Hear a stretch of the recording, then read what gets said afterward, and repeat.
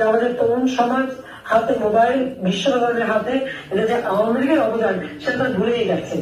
আসলে ফেসবুক ব্যবহার করে এটা আওয়ামী লীগের অবদান এটা ভুলে গেছে তারা। আওয়ামী লীগের গালি দিতে পারলেই যেন এখন সবাই খুশি। আজকে যে ট্রাইব্যুনাল আমরা করেছিলাম, আন্তর্জাতিক ট্রাইব্যুনাল, যুদ্ধ অপরাধীদের বিচার করেছি। ওই যুদ্ধ অপরাধীর যিনি মানে ডিফেন্সে ছিলেন সে হয়ে গেছে চিফ প্রসিকিউটর।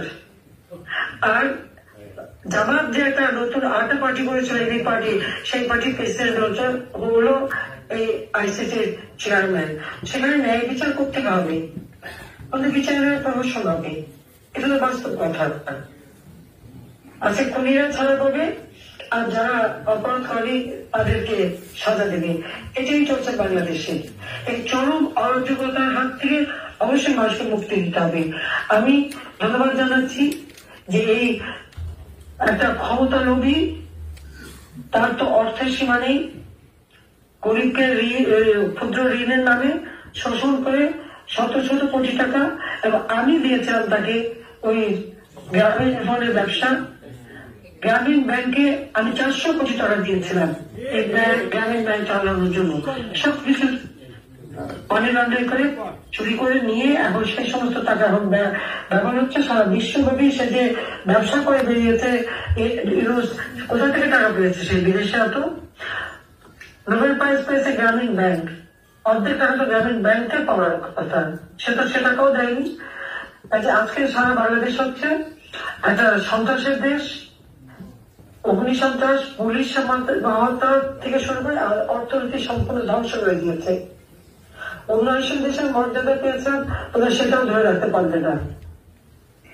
সমানে টাকা ছাপাচ্ছে, 22,000 কোটি টাকা ছাপিয়ে দিল। আমাদের 16 বছরে আমরা ছাপিয়েছিলাম 60,000 কোটি টাকা, 16 বছরে। আর মাত্র 3 মাসের মধ্যে 22,000 কোটি টাকা ছাপানো। ইনফ্লেশনটা আরো দুর্ভাগ বাড়বে। এটা হচ্ছে বাস্তবতা। আমি আমার আমেরিকার যারা এখানে এই মিটিংটা আয়োজন করেছেন আমি ধন্যবাদ জানাই। যে বিজয় মাস 1 ডিসেম্বরে আপনারা এই সভা করছেন, আপনাদের সাথে কথা বলতে পারে আমি আনন্দিত। আমি আজকে মন খুলে অনেক কথা, ইতিহাসটা একটু আমি বললাম এই কারণে যে আমাদের তরুণ সমাজ হাতে মোবাইল, বিশ্ববিদ্যালয়ের হাতে, এটা যে আওয়ামী লীগের অবদান সেটা ভুলেই গেছে। আসলে ফেসবুক ব্যবহার করে এটা আওয়ামী লীগের অবদান এটা ভুলে গেছে তারা। আওয়ামী লীগের গালি দিতে পারলেই যেন এখন সবাই খুশি। তো এই তরুণ সমাজকে স্বাধীনতার চেতনায় উদ্বুদ্ধ করতে হবে, বাংলাদেশের ইতিহাস জানতে হবে। বাংলাদেশের উন্নয়নের গতিটা কি ছিল?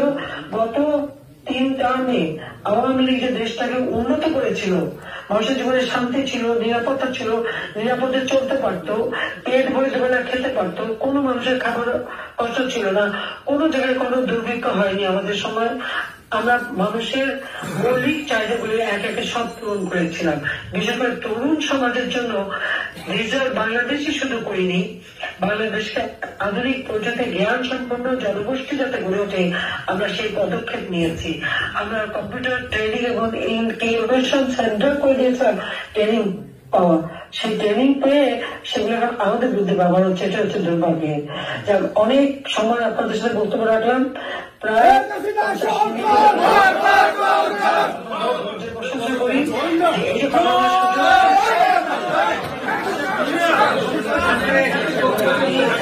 বলবো যে মুক্তিযুদ্ধের চেতনায় এই বাংলাদেশ গড়ে উঠবে। এখন একটা দুর্বৃত্তায়ন চলছে, এই সুদখোর, খুনি, অর্থনৈতিক ইউনুসের জন্য, এই হত্যাকাণ্ডের জন্য ইউনুসই দায়ী। একদিন ইনশাআল্লাহ এই সংবিধানের 7ম অনুচ্ছেদে আছে প্রজাতন্ত্রের মালিক জনগণ। 7ম অনুচ্ছেদের কর্ণধারে আছে কেউ যদি ক্ষমতা অবৈধভাবে দখল করে তার বিচার হবে।